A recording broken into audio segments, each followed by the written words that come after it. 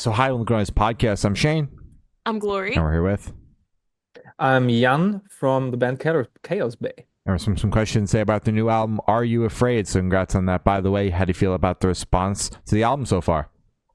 Thanks so much. Responses were really great.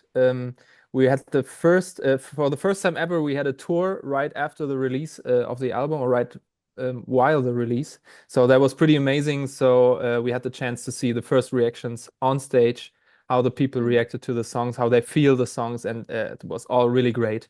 And it's an amazing feeling to see people sing the lyrics after just one day of album release. So Hell perfect. Damn right. It's got That's to so sweet. it's got to add like a whole new layer to an album release, being able to be out on the road and experience people's reactions, as you said, like as the record is kind of releasing and people are getting to hear it for the first time. Yeah, absolutely. That's it. And we, especially with COVID, we obviously didn't have the chance to do that. So yeah, for the first time, and great. Hell yeah. Well, the Damn right. album fucking rips. It is incredible. Yeah. Thanks so much. Of course. Of course. Yeah. Thank you. So cool that you came across it. Yeah, we had a couple of listeners reach out and actually recommend it to us, and they were like, "You guys should have them on the podcast." And we were like, "Yeah, sure, why not? The album's good." Yeah, let's do it. So great. Hell yeah. Really Exactly. cool. It's awesome. So, is there any meaning behind the album title or cover art? There's definitely meaning behind the album title. The whole concept of the lyrics is I'm kind of speaking for me and my generation in terms of growing old, being afraid of this complicated world out there. Inside, we all still feel like children, kind of stuck in our youth, stuck in nostalgia of the 90s, early 2000s, and not wanting to cope with all the problems politically, and also the climate change topics that are outside. And I'm really afraid of some of that, and I guess some of people at my age are too. So I discussed these fears in different forms on the album. And the album artwork is was kind of a just visual approach to wanting to have something real on the artwork, because we were kind of bored of the 3D animation AI ideas. So we wanted something real, but also something special. So we had a friend of our label manager who is an artist and did these really cool sculptures, and it kind of looks like a black cloud, and whatever association you have with that, it's kind of fitting to some of it, so it's loosely connected to the album content, but it looks really cool. That's the main point. Hell yeah. All right. Damn right. So can you tell us a little bit about your writing process for the album? The band started off a lot of years ago as a project where it was really focused on me writing the songs for the whole band. And album by album, we developed kind of a writing together strategy. So it all starts on some computer, either my computer or Matze, our bassist, computer. Doing some riffs, doing some parts, puzzling it together, and then we come together in groups of 2 or 3. And we refine the riffs, refine the songs. Then I am writing the lyrics to them, doing all the vocal parts. Then after that, we refine some songs as well in a few revision rounds. And yeah, it all finishes on my computer. So totally digital based band, as most of modern metal bands are. And main reason we do that is that we don't live in the same city. So our drummer lives like 700 kilometers away. That's pretty far. So we're actually almost never rehearsing. So we are not writing something in the rehearsal room way. So we just do it in our computers. But it worked good, and it's great that that more and more songs we develop together. So. Hell yeah. That's really fun for me, because I was kind of bored of my own ideas. Yeah. You know, it pays to bring in other ideas and allow other people to use it as their creative outlet as well. You know. Yeah. Mhm. And it Um, shapes the group sound. Yeah. Before it was kind of my Absolutely. sound, and the band was really, I mean, always absolutely nailing all the stuff. But now you can see what's the DNA and what is the specialty about our different influences. Hell yeah. Damn right. I'm curious on a timeline for the recording and the writing. Like, when did you Mhm. guys kind of start writing the album, and when did you guys finish it and have masters in hand? Like, rough month and year. Doesn't have to be uber specific.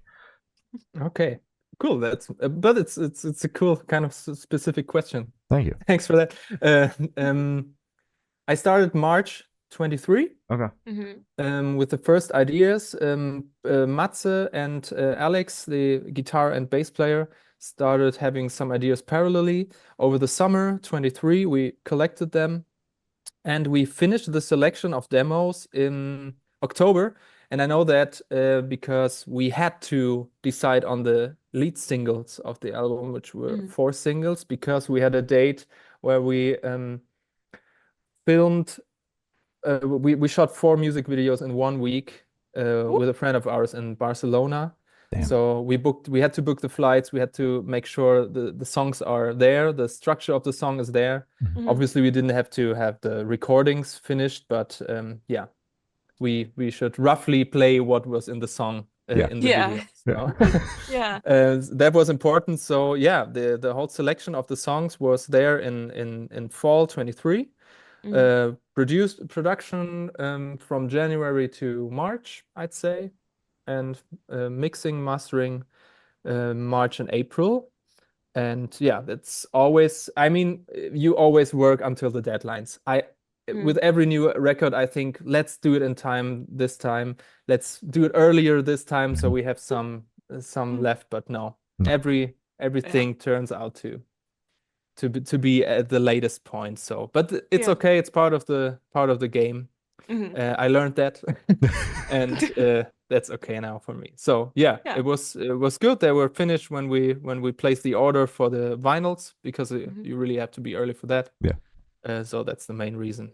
Hell Yeah. yeah. Mhm. All right. And now it's Right. there. Everything worked. So then those couple of standalone tracks that were released in 2023, were those kind of just a placeholder buffer for you guys to put out music while you're actively working on new music, in between the 2 albums? Yeah, I mean, to be honest, you have to do that nowadays in a way. We weren't sure if these may find their way on the album. At least the two original songs. We did 1 cover, which we always wanted to do. So just do a cover, and yeah, it's still absolute fun to play this one live. Yeah, but the other 2 songs, yeah, now I can say, yeah, kind of being active, staying in the loop of releasing stuff, but still really cool songs, especially the song Ecstasy, kind of one of our favorites. And people are really sad that it didn't end up on the album. Yeah. I always don't know what to say. So, but it doesn't fit the overall vibe, sound, lyrical content. Gotcha. But yeah, I feel forced to do best of collection someday. Greatest Where at hits. least Yeah. then these singles are on an LP. Hell yeah. Makes sense. All right. So, what song off the album took longest to write, and which one is your personal favorite? Oh, they all take very long with all the changes. Some songs take so many different approaches and so many new tries. I can say that. What was the last question? Which one is the most fun? Your personal favorite. My personal favorite. Yeah, it's always these smaller songs. There's a song called Nostalgia, which is really short and kind of different. Yeah, and for me, it's very emotional, very personal, because it opens kind of my children's bedroom for me. When I listen to the sounds and to the Yeah. vibe and the lyrics, it's kind of dreaming myself back in my childhood. The whole retro nostalgia thing I told you about before. Yeah, and because this song is not really our style or the metal style, it's not really important. It's kind of an interlude, kind of a hidden track almost. Yeah. So yeah, I'm always especially in love with these kind of songs. Yeah, Mhm. maybe one day we do an acoustic tour, then we have to play it. There you go. That'd be Hell yeah. great. Yeah. Yeah, Mhm. yeah, I So always dream about that. hell yeah. Are you able to pinpoint a song that took longest to write, or is it just the entire album in full all takes the same amount of time pretty much? Actually, yeah. I mean, in the only thing I can say is some songs are basically in the same form as they were in the demos. Mhm. That'd be like Eye for an Eye or Are You Afraid? No, actually not. No. Every time I think about it, the moment comes to mind where we changed the whole breakdown or Yeah. added a part. No, they all Mhm. take the same length, actually. All right. Okay, that's fair. Mm. So how did the tracklist for your album come about? Did you guys write the opener be the opener, closer be a closer? Did you shuffle around and see what fits? What was that process like? Yeah, it was different than the albums before because we're actually a progressive band that we concentrated on just releasing proper concept albums before. Mhm. So a whole story, and in the writing phase in the older albums, it was always set that I wrote from A to Z, you know. Mhm. And that's the reason why at this album I wanted to do it different because although I love the concept album thing, I always felt kind of limited Mhm. to give the songs in a proper order Yeah. after they were finished, and I wanted to do that for at least once. So I wrote songs, and the content is roughly connected to each other, but it's not a story as in the other albums. Mhm. Yeah, so I wasn't sure which one is the opener, but I just took the song that, or we just decided on the song that just, yeah, it sounded like the opener, and Yeah. it also sounded like the album title. And so when we noticed this fits really well to everything, was quickly became clear that it was the opener.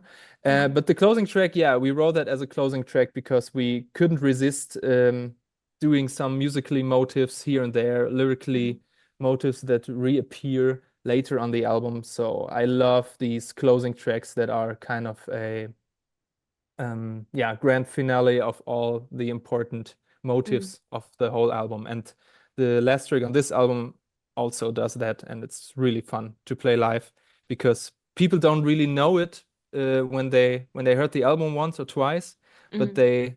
they discover it at the concert, and that's a really special moment to see them. Wow, I noticed that melody before. What's that? Mm-hmm. Yeah. And that's Yeah. so cool. Hell yeah. Oh, yeah, that's great. Mhm. And would you be able to tell us where your headspace is at while you're creating this record? Yeah, that's what I told in the beginning. Kind of overwhelmed of Mhm. of being an adult, Mhm. although Yeah. I am for quite some years. So yeah, but still, it's a strange time out there. It's Mhm. we have a lot to do. At the same time, we don't want to be like a super political band that says you doing something wrong, you have to do it like that. But Mhm. also, we don't want to waste our energy or our little space that we have with just fantasy stories. So we want to do something meaningful at the same Yeah. time. So yeah, I try to combine that, not be too heavy with the political messages, but also be clear that something has to be done. So yeah, Yeah. that was content-wise, that was the reason. And Mhm. music-wise, we just wanted to be crazy, be loud, Mhm. be new and modern. And yeah, we actually always dream of being on stage when we're writing songs. It's the Yeah. main goal for everything we do, being on stage and blasting this stuff. Mhm. I mean that I'm right. I mean that's probably why most bands do it. There's very few Mhm. that like really enjoy being in the studio, like, and that's why they do it. Yeah, I know what you mean. Is but mainly in the rock music scene because we have Berlin where we live, where I live is not that big of a metal town. Mhm. I'm really into the pop and indie music scene as well, which is way bigger here. Mhm. And it's kind of cool to see that not always from some people when they write music, it's not always playing it live. It's the main thing. Yeah. Mhm. And they concentrate on how do people feel when they listen to it in the bed or on Mhm. headphones, and that's also a cool approach. and I appreciate that, but I was never able to do that. I was always thinking about the festival situation. Yeah. Yeah. But Yeah. yeah, as you said, it's a rock and metal thing. All bands do that, of Oh, course. absolutely. Yeah, it's like two completely different scenes where like the pop and indie is like all about experiencing it, wherever you're experiencing it, not necessarily going to hear it live. Mm. Yeah. Yeah. So how do you recommend your fans to listen to this album for the first time? Should they do it in the car with friends, in the dark with headphones on? Is it a workout album, party album? What do you personally recommend? If you have the chance, I'd say live. Mm-hmm. We do the best we can, but it's always better live. Okay. Although I wouldn't say our album is worse than the live show, but you know what I mean. Yeah. Do it if you can, and if not, I'd say in the car. I'd say in the car. All right. Yeah. Oh, yeah. Because Solid. the energy and the speed is what fits best to the whole thing. Yeah. For sure. Speed, but don't break the law. Yeah. Yeah, of course. But you can't speed in Germany. Yeah. That's not a Yeah. problem. Gotcha. All right. And this one should be super, super quick. Off top of your head, I want you to describe this album for new listeners in 3 words. No more, no less. It's energetic. Mm-hmm. It's emotional. Mm-hmm. And catchy. Wonderful. Yeah. Oh, yeah, those are Fuck good.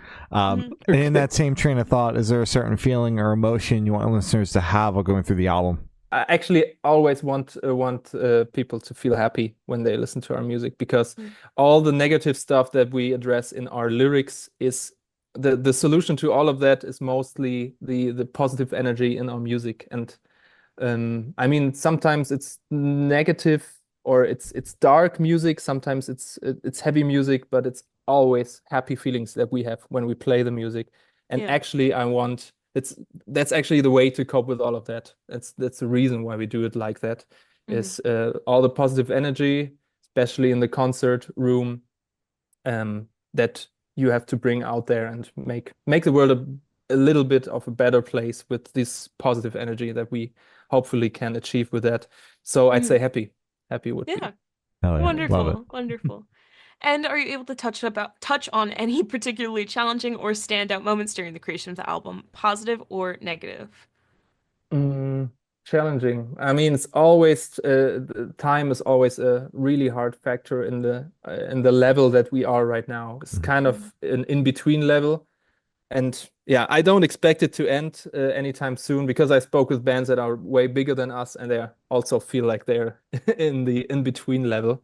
Yeah. So time is always a problem, because we are doing it like as if it was our job, but it's obviously not. So that's the most challenging thing all the time. Yeah. And it definitely needs more time than just a hobby. So yeah, just coping with that is really hard. Yeah, all the other parts actually ran really smoothly. So main thing is just the organization. Yeah, and what I mentioned before, the deadline thing is crazy stuff. I actually thought with the next album just no deadlines at all, finishing everything until the last picture, and just then starting to with all the process. It's unrealistic, but I dreamt of doing that. Yeah. In your Definitely a dreams, dream. Yeah.